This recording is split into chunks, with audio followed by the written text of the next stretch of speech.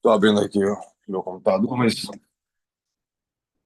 o assunto de hoje, né, é um assunto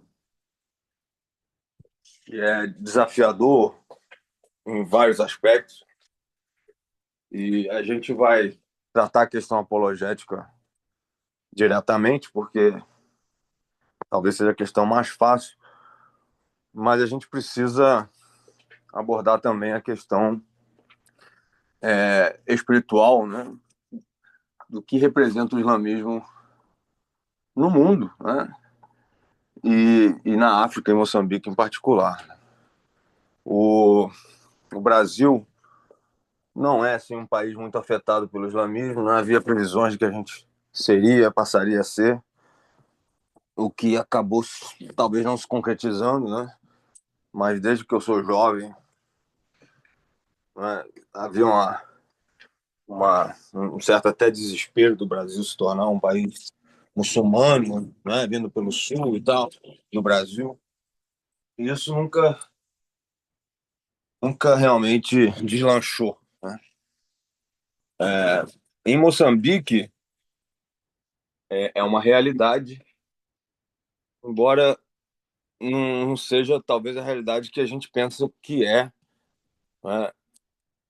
Quando está fora e, e olha assim, né? Pensa que um país que tem a quantidade de muçulmanos e mesquitas que tem em Moçambique, a gente pensa que é um país que está à beira da islamização, né? A Tanzânia, que é o país que está ao norte de Moçambique, ela, ela já é um país, né, supostamente bem islamizado, mas também tem rumores falsos, né? Porque a maioria ainda na Tanzânia, ou pelo menos há um grupo grande de católicos lá, né, cristãos no sentido geral. E a verdade mesmo é que Moçambique não a África, na África subsaariana, né, ela se comporta diferente dos outros países que estão acima do Saara, né? Para que não sei se todo mundo entende o que eu estou falando, mas é, a, Internet. a África, ela é um continente, é um continente que geograficamente ela tem uma divisão maior, né? Que é o deserto, que é deserto. Esse fone agora, deixa o fone para de novo. A maioria da população subsaariana é a população, quer dizer, negra, né? Mesmo africana no sentido da raça, assim. Ao passo que os países ao norte da África, né, ao norte do Saara, são aqueles países que têm um pouco mais de ascendência árabe, né? E são países muçulmanos realmente de longa data, né? Então, desde o Marrocos, Argélia, Tunísia, né, Egito, né, Líbia, indo, né, todo aquele norte ali, né, até a Península do Sinai, né, ali onde termina ou começa no Oriente Médio, você, você tem um quadro diferente. Então, a África, ela tem um islamismo que é resultado dessa influência geográfica direta, né? E o lado leste da África, ele é particular porque exatamente ao longo da, da, da- da- do lado leste assim, do oceano, da margem, né, da costa da zona leste, houve um movimento maior de migração, até questão de demográfica, geográfica, genética, né? Ela passa por ali. E obviamente que Moçambique está na linha de descendência, né, que vem pelo litoral leste da África. Curiosamente, o nome Moçambique é um nome árabe, né? O nome de um comerciante árabe. Se não me falha a memória, alguém de Moçambique me corrija aí, é um nome que vem antes até do próprio islamismo, né? O lugar lá. Eu não tenho certeza disso agora, mas. O E nome ó, remonta à antiguidade. Oi? Alguém falou? Sim. Então, no ponto de vista apologético, se alguém que tiver alguma pergunta, é só levantar a mão, tá? Do ponto de vista apologético, o islamismo é muito fácil de refutar. Ele é fácil de refutar porque lhe falta, né, solidez, das fontes. Então, o islamismo ele tem aquilo que é chamado a narrativa padrão, né, que todo o islâmico crê, e ela é baseada, obviamente, em questões que fundamentam o islamismo. Então, são três aspectos, e eu já vou mostrar aqui algumas figuras, mas são três aspectos que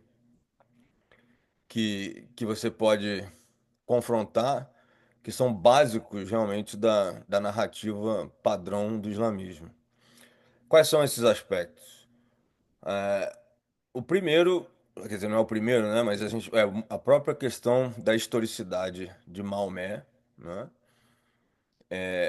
O fato dele não ser realmente um personagem histórico, né? Não haver nenhuma alusão a Maomé, a não ser 2 séculos depois, né? Historicamente falando.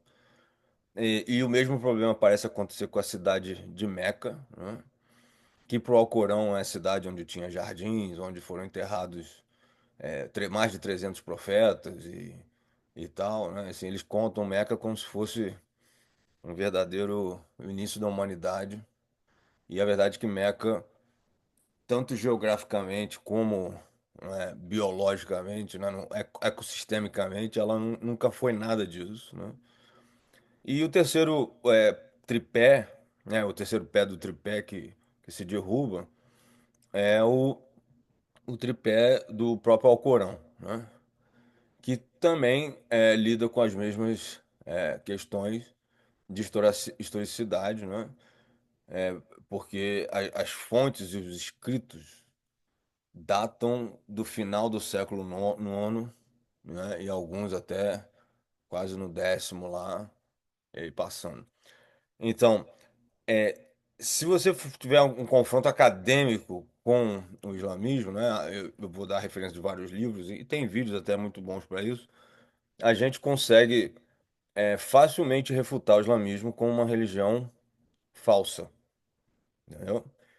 Chega a dar a dó mesmo, assim. Se você fosse muçulmano e se você tivesse uma crise de fé, né, e fosse investigar a sua religião do ponto de vista histórico, você ia ficar em crise rapidamente. Isso que a gente faz com o cristianismo, né? A gente quer saber se Jesus foi um personagem histórico, não é verdade? A gente quer saber se houve testemunhas dele, né? Tanto seculares como, né, da nossa própria literatura, né? Então a gente sabe dos evangelhos, a gente tem 4 evangelhos, a gente sabe que eles são personagens históricos, né?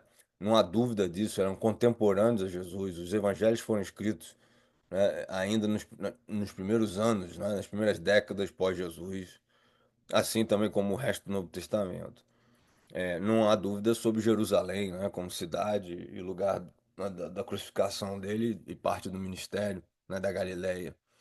Se você usar esse tipo de questionamento em relação ao Islã, né, averiguar o profeta Maomé, averiguar, né, a questão é, de Meca e averiguar historicamente a questão do Alcorão, eu garanto para vocês que vocês jamais seriam muçulmanos, né? Porque eles não têm uma perna para se segurar. Então, esse rigor que a gente usa para o cristianismo, né, que nós usamos, porque nós precisamos disso, né? Todos nós precisamos disso. A gente não vai embarcar numa fé que não seja calcada na verdade, né? Não é isso? Então, esse mesmo tipo de questionamento, se aplicado ao islamismo, ele não resta nada. Essa é a pura verdade hoje sobre o islamismo. Nós vamos trabalhar com isso para dar as ferramentas. Eu vou fornecer materiais para vocês. Porém, né, em todo debate apologético, toda questão apologética, a pergunta que sempre fica para mim, né, e essa que a gente vai é, focar hoje na segunda parte, realmente é por que que as pessoas ainda embarcam nessa, né? O mundo islâmico não é um mundo pequeno, não é um mundo totalmente ignorante, né? A gente tem várias pessoas, né, que têm projeção até no mundo e tal, que são muçulmanos, atletas, políticos, líderes de países e tal, professores universitários, alunos. Mas a pergunta é por que realmente o islamismo ele está tão fortemente presente na atualidade, sendo que ele é tão falho assim do ponto de vista estrutural mesmo da religião. Essa pergunta para mim que é a crucial, porque ela vai responder aquilo que nós estamos interessados, né? Que é o anseio do homem, o coração daquele que está debaixo dessa escravidão, né? Porque o islamismo é uma escravidão, né? São trevas, né? E como a gente vai trabalhar para libertar essas pessoas que estão escravizadas ao islamismo. Então, há uma diferença, né? Obviamente, como eu já falei, né, aqui na introdução, né? Do islamismo hardcore, né? Do Oriente Médio, do norte da África, vamos dizer assim, né, para esse islamismo subsaariano que a gente vê em Moçambique e tal. E eu quero ouvir os colegas aí, né, o pessoal até de Moçambique, do Brasil, quem quiser participar, se existe realmente essa diferença, né? E depois nós vamos falar um pouquinho mais sobre as questões apologéticas e depois nós vamos discutir de novo essa pergunta principal né, do debate aqui. É verdade? Vocês concordam? Assim, pelo que vocês sabem, o pessoal que tem experiência na África, o islamismo moçambicano, ele tem esse hardcore que tem no Oriente Médio e tudo. Nós já falamos um pouco sobre isso. Tem um grupo que se diz radical, né? Islamista radical em Moçambique, né? E também no Congo, né? O Boko Haram. E, mas eu quero ouvir os colegas porque eu vou questionar isso aí. Porque eu acho que tem uma diferença. É igual o islamismo africano, negro, vamos dizer assim, vamos botar cor no negócio, do islamismo árabe. Aqui nos Estados Unidos a gente tem um islamismo negro também, que é até engraçado, né? Porque é ligado ao boxe, né? Aquele negócio do Muhammad Ali, vocês lembram, né? Ele virou muçulmano e parece que assim, uma veia no mundo do boxe para os atletas negros virarem muçulmanos, né? Tem um cara que era famoso nos anos 70, acho, 80, Malcolm X, não sei se vocês já ouviram falar dele, mas é um personagem que tem tudo a ver com esse movimento, o início do islamismo negro, né? Pelo menos o crescimento rápido do islamismo negro aqui nos Estados Unidos, que não tem nada a ver com o Oriente Médio, inclusive eles não se aceitam, né? Mas é verdade isso? Vocês acham que o islamismo que tem em Moçambique, o pessoal de Moçambique, é o mesmo que tem lá no Afeganistão ou na Palestina? Para vocês é a mesma coisa? Essa pergunta é chave para o que a gente vai falar, para o que a gente vai falar hoje. Boa noite, boa tarde. Boa noite. Bom, aqui na Zona Sul pode ser um pouco diferente com a Zona Sul, Norte e Sul de Moçambique. Na Zona Sul não há muito islamismo, comparando com a Zona Norte. Mas vendo o que isto tem na Zona Sul, há, há diferença sim, porque os islamismos daqui eles não podem ir até aquele ponto de suicídio, ser homem-bomba. Mas ao ponto que lá no Afeganistão são capazes de. morrer mesmo, sendo homem-bomba, mas aqui no sul não vejo. A não ser no norte, porque está cheio lá dos muçulmanos, comparando com o sul. Yeah. Obrigado. Obrigado você. Agora, em relação ao islamismo, esse negro africano, em relação ao islamismo no Oriente Médio, qual é a sua opinião?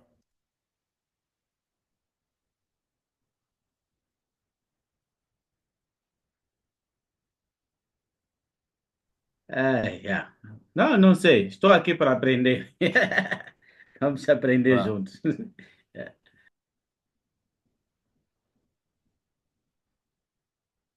ok. Então, alguém mais?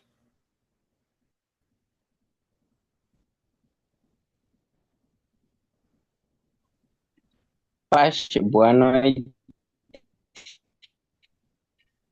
para Moçambique, é noite. Sim, pode falar. Alô, professor, não sei se minha voz chega aí. Tá chegando. Tá, obrigado.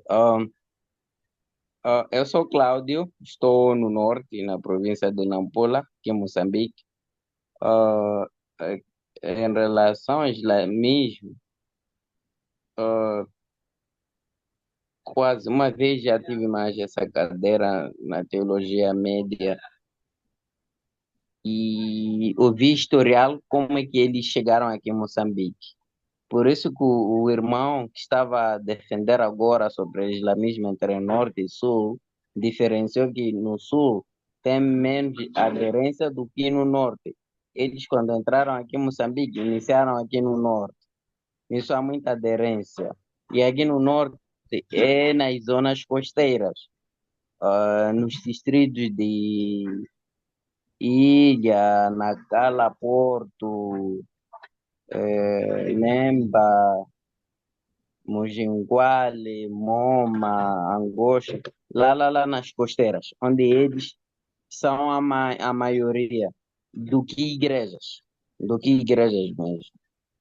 Provavelmente que até ilha, se tem, não sei, não tenho certeza, se tem, é uma única igreja batista. Provavelmente que não tem mesmo, a maioria são muçulmanos, e tem uma igreja católica lá. Então, Hum. em relação se eles não fazem o mal, não acho, não são como esses palestinos lá. Aqui a gente conversa com eles, só que no que eles defendem, eles estão mais seguros. É difícil convencê-los. Mas eu, na minha vida pessoal, tive uma experiência com eles mesmo. Eu tive amizades com alguém que me insistiu tanto para entrar naquela religião e eu já estava conhecendo a Jesus, não me conseguiram, graças a Deus. Então, eles aqui não tem problema, não criam inimizade porque aquele é crente, não tem problema. Só há momentos que eles gostam de discutir assuntos da religião cristã e entre islamismo. Eles que colocam mais, procuram aqueles versículos, só um único versículo sem buscar o contexto do versículo, só um único versículo para discutir com o crente. Parece-me que na ideia para eles ganharem a pessoa na religião deles. Às vezes criam debates, vem um xerre, como eles chamam, um xerre, começa só traz versículos que complicam o crente.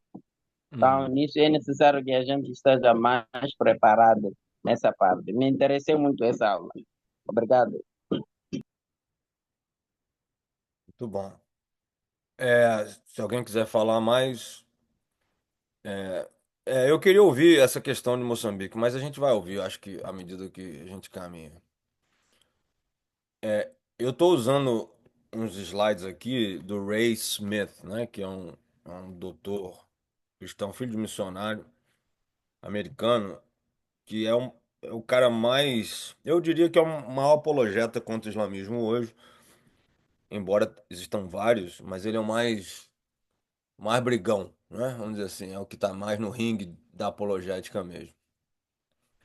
E ele, eu posso até dar referência da apresentação dele, tem um livro que eu já dei da última vez, mas eu vou sumarizar, né, sintetizar, né, os argumentos dele e pontuar aquilo para a gente poder construir da melhor forma, né? Eu não sou nenhum especialista em Islã, né? Eu estudo como qualquer outro, mas eu acho que nós vamos tentar fazer uma abordagem um pouco mais direcionada para a nossa realidade de Moçambique, né? Entendendo a questão como um todo do mundo e as diferenças, né? As semelhanças e as diferenças. Mas vamos lá. Sobre o argumento, né, desculpa que está em inglês aqui, mas eu preciso do- dessa linha aqui embaixo. Vocês estão vendo aqui os anos, né? Então, esse SIN aqui, S-I-N, né, é o que chama Standard Islamic Traditions, que chama o padrão, né, das tradições islâmicas, né? Ou as tradições islâmicas padrão. Todo muçulmano ele se apoia nisso, né? Ele declara isso. Então, e a gente vai ver com mais detalhe isso, mas basicamente é o tripé, né, que a gente falou, Muhammad, né, como profeta, Meca como a cidade santa e o Alcorão. Então, essas três coisas, né, que formam o tripé do islamismo, que é o que na apologética se destrói, né, facilmente. E realmente, do ponto de vista do debate, não é um desafio por aí além. Mas vamos lá. Então, olha aqui, preste atenção nessa linha azul embaixo, que são os anos, né? E obviamente que 632 é o ano que Maomé, desculpa, morre, né? Desculpa aí que eu tô baralhado com o inglês. Maomé morre, né? Então, ele morre no século sétimo, né? No sétimo século. E presta atenção aqui, olha. Esse ano aqui, 690, esse personagem é um nome esquisito, mas vocês precisam guardar ele, né? É Abd al-Malik. Eu não falo árabe, né? Mas é isso aí. Quem é esse cara? Esse cara, na verdade, a história dele é muito curiosa porque ele é um sheik, não é? Que tinha realmente raízes cristãs, com uma cristologia duvidosa, no sentido de talvez negar a divindade de Cristo, mas ele convivia e participava com judeus, cristãos, né, naquele comércio em torno de Jerusalém, no mundo do crescente fértil ali e tal. Aparentemente, ele teria o desejo de ter uma religião, e isso aqui é crucial na apologética eficiente do islamismo, porque aqui é onde está a raiz do problema, né? Ele desejava, né? Eu não estou querendo adicionar palavras aqui, mas eu poderia dizer que ele sonhava em ter uma religião própria dos árabes. Mas até aqui, né, havia duas religiões maiores no Oriente Médio, né? Haviam outras, mas obviamente que onde a área de convivência dele era o cristianismo e o judaísmo, né? E o mundo árabe flertava com provavelmente o cristianismo em boa parte, né? Não havia islamismo, né? Até mais tarde, né? O que a gente vai ver aqui. Então, o que os árabes eram antes, né? Então havia, obviamente, outras religiões comuns no Oriente Médio, zoroastranismo e tudo mais, mas o cristianismo estava crescente. Jerusalém era uma cidade, né, que era uma referência para os cristãos e judeus. E então todo mundo, todo o Médio Oriente estava meio que debaixo dessa polaridade, né, de Jerusalém e da religião judaico-cristã. E o Al-Malik, ele claramente se levanta, né, pelo poder que ele tinha no mundo árabe, né, como alguém que e de raiz cristã, né, tinha esse desejo de ter uma coisa voltada mais para o mundo árabe. Só que ele vive, né, em 692, nasce, né? Ou desculpa, ele. Aqui é a data de nascimento dele. E, e o que vocês precisam ver aqui é o seguinte: esses nomes coloridos aqui da direita, né? Os verdes, os azuis e os marrons, são, são as produções literárias que falam de Maomé, né? Então, essas verdes aqui são as primeiras biografias, né? O que seriam os evangelhos nossos, né? De Maomé. E olha a data deles, né? É 833, 835. Maomé morre em 632. Então, imaginem que o cristianismo fosse assim, que Jesus morreu no ano 30, 33, 34, depende do que você acredita, mas os evangelhos foram escritos em 230, no ano 230, 200 anos depois. Vocês estão vendo o problema aqui? Conseguem ver? Os primeiros. E aqui, né, depois esse é outro corpo, né, do Alcorão, que olha as datas aqui, 870, 875, 884 e por aí vai, né? Acho que vocês não estão vendo tudo aqui, não? Está muito ampliado. Então, essa é outra parte da literatura islâmica, né? Olha as datas aqui. Depois do 915, né? Esses comentários do Alcorão, né? Que também são parte do coisa, é 932, quer dizer, quase 300 anos depois. Para quem entende um pouquinho de literatura, Novo Testamento e tudo, né? A gente tem muitos livros no segundo, no primeiro século, terceiro século, no cristianismo, né? Que foram escritos. E obviamente que eles são chamados apócrifos, não é para nós, porque não foram escritos por autoridades, né? Que viram testemunhas oculares ou pessoas que estavam relacionadas aos discípulos, né? Como todos os livros do Novo Testamento foram escritos ou por discípulos, apóstolos, né? Um dos 12, ou alguém diretamente relacionado a eles, né? Então, Mateus, por exemplo, era discípulo. Marcos, ele escreveu de acordo com Pedro, né? Lucas, ele fez a compilação de Paulo, né? Que também é considerado apóstolo, mas ele fez todo o levantamento, né, de fontes já naquela época. Nós temos João, que foi apóstolo, Atos escritos por Lucas, depois vem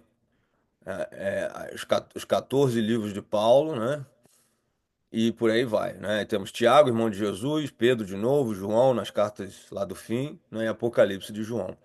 Então, o corpo do Novo Testamento, ele é escrito por testemunhas oculares ou pessoas que estavam compilando de testemunhas oculares, né?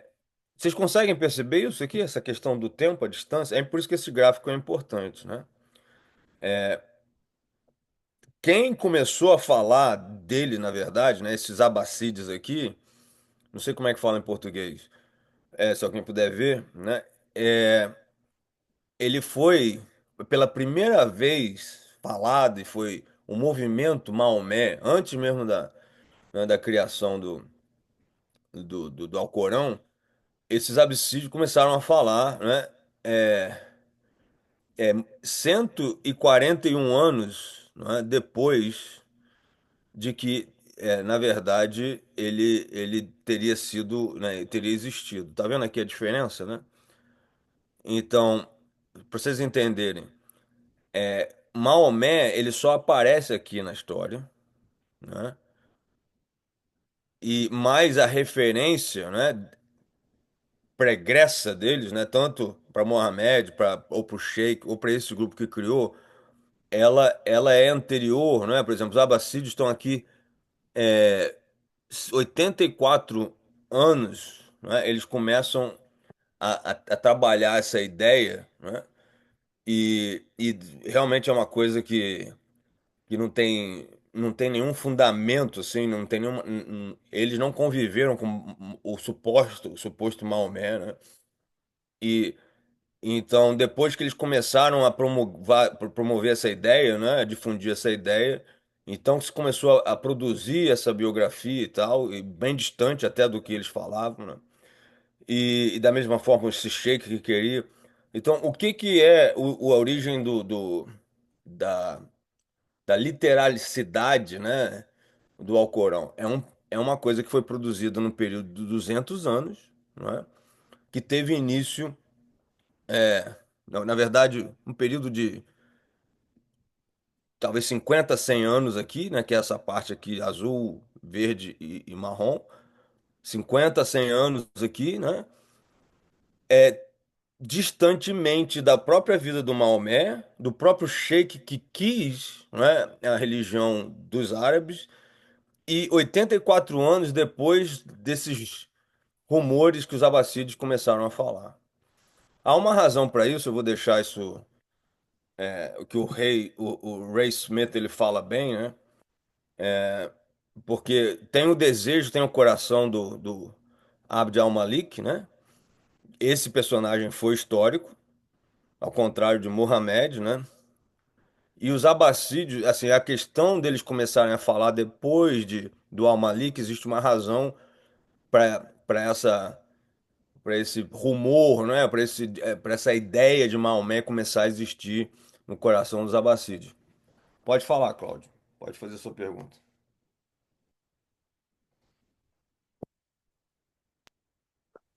Não, pastor, eu ia falar que você pediu para pesquisar, né? Albaceide significa dinastia árabe que governou o Império Islâmico, né? Aqui tá dando aqui uma média aqui de 750 a 1250 anos.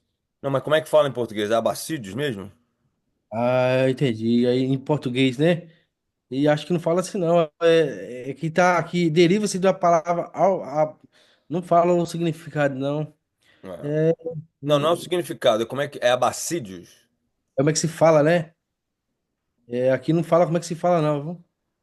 Como é que escreve? Vou pesquisar de forma correta aqui. Não é bom. De qualquer forma.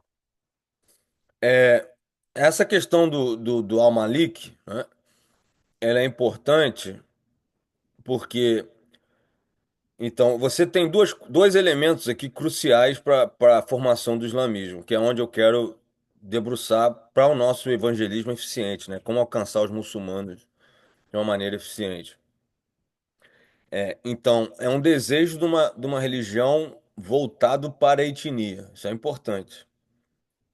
Tá entendendo isso, Michel? Michel acabou de. Eu ia perguntar para ele, mas tá entendendo essa questão? É assim, ele tem um desejo de ter uma religião voltada que fosse dos árabes, como os judeus tinham, os cristãos e tal. Ele, não, a gente quer uma coisa, né? Nossa. E os abássides, então, esse período da dinastia que começa, que dá origem ao islamismo, eles começaram aí é que tá a confusão maligna, né? Que o Ray Smith fala muito bem, que é a questão do, do termo Muhammad, na verdade, que era usado no início. Eu não falo árabe, mas há uma distinção ali entre o primeiro, as primeiras referências a esse profeta como sendo Muhammad. E ao que parece no árabe, o Muhammad é a palavra que traduz a nossa palavra Messias, ou Cristo, né? Então, a referência que começa a acontecer, né, com os abássides lá, antes mesmo do Maomé, no início, ela apontava para a palavra Messias ou Cristo. E por isso que muitos textos do Alcorão, inclusive o Cristo está no Alcorão, mas a alusão que era para Cristo, né, aparentemente foi pouco a pouco sendo transferida para esse profeta fictício, que virou de Muhammad, que seria Cristo, né, o Messias, e teria pouco a pouco transitado para esse conceito maomético. Entendeu aqui? Isso é crucial também. Então, de Muhammad, eu não sei árabe aqui, tá, gente? Mas de uma palavra que não é Muhammad, mas é uma palavra que é referência a Messias, no árabe mesmo, né? Falando de Cristo, porque havia esse cristianismo, né, forte, inclusive, no mundo árabe, começa-se a uma transição para esse personagem fictício que seria o Muhammad, né? E então há uma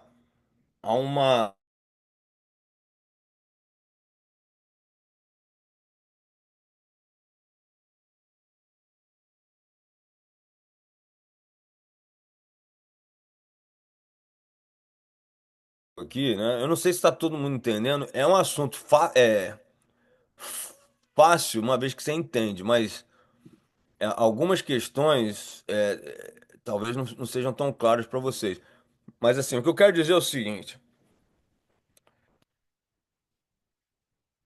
Muhammad nunca existiu, ok? Ele não é um personagem histórico. Então ele foi criado, ele foi gerado, foi fabricado. Então a literatura, ela é posterior, bem posterior. E então nós temos o coração do Sheik e depois na dinastia, né, Absídios aí, não sei como é que fala isso aí. Então o conceito desse profeta começou a tomar forma para depois ser compilado é, n- na, li- na literatura aí, né? Então, Pastor Jairo, pode a falar. dúvida aí é o califado Abássida, é uma palavra proparoxítona, Ah, tá, Abássida. abaixo. Também no português está assim, que Tá foi ótimo, o terceiro obrigado. califado islâmico, foi Uhum, governado pela dinastia Abássida de califas, que construiu sua capital em Bagdá. muito bem. Então, eles aqui, assim, a referência de Maomé, de ter coexistido com eles e tal, e nessa época aqui que, né, há uma necessidade histórica de Maomé, né, ter sido ser colocado na própria nesses califados aí, né, históricos do islamismo. Se o irmão quiser pesquisar também o Al-Malik, é interessante porque ele é o cara do desejo, né, de fazer isso. Então, mas a conclusão aqui, né, ele até coloca aqui, né, que tudo é muito tarde, né? Toda essa referência de Maomé na história é muito tarde. Não existe nenhuma referência histórica, não existe nenhum documento histórico apontando desse século sétimo aqui para a existência desse personagem Maomé aqui. Vocês entendem? Maomé não se sustenta na história. Vocês estão entendendo isso? É porque esses conceitos no Novo, quem estuda o Novo Testamento já sabe disso. Mas a historicidade de Maomé, ela é inexistente. Pastor Ivan, se quiser me ajudar explicando aí, que esses conceitos de E a- história, Aham, tá entendendo o argumento aqui, né? Então, sim. Maomé não é um personagem histórico. Essa é a conclusão disso aqui. Pode falar. Não, eu estou tentando achar esse personagem Abd al-Malik. Tá bom. Tá entendendo aqui, Cláudio? Entendendo a questão? Parece confuso, né? É realmente porque a gente não está acostumado, né? É um pouco. Eu ia falar com você aí que, na verdade, o significado em português é abacidas mesmo. Em português se fala abacidas. Abássidas, acho que ele falou. Abacidas, isso aí. Ah, É algo que acaba sendo um pouco novo, né? E se a gente, eu acredito que vai ser mais na parte do debate. Eu não sei se você já viu aquele ditado, né? Uma mentira contada 10 vezes ela se torna verdade. E pode ter sido esse fato aí que surgiu de uma lenda, qualquer coisa assim, que uma pessoa contou para o filho, que contou para o neto, e essa história foi percorrendo. Esse é meu ponto de vista, né? Não sei se os irmãos concordam. é por aí. Mas tem mais. Então vamos lá. Aqui. Obviamente que a cidade de Meca, né? É onde Maomé brilhou, né? A cidade de Abraão, inclusive, que ele teria construído com seus filhos, com Ismael. E o problema da distância aqui é um problema gigante, né? Se vocês olharem aqui, porque tudo no islamismo acontece entre essas cidades aqui, Medina e Meca, né? Ok? Isso é a Península Arábica, né? Mar Mediterrâneo, Jerusalém está aqui, né? Egito, Cairo. E então Medina é aqui em cima e Meca aqui embaixo. Então, os escritores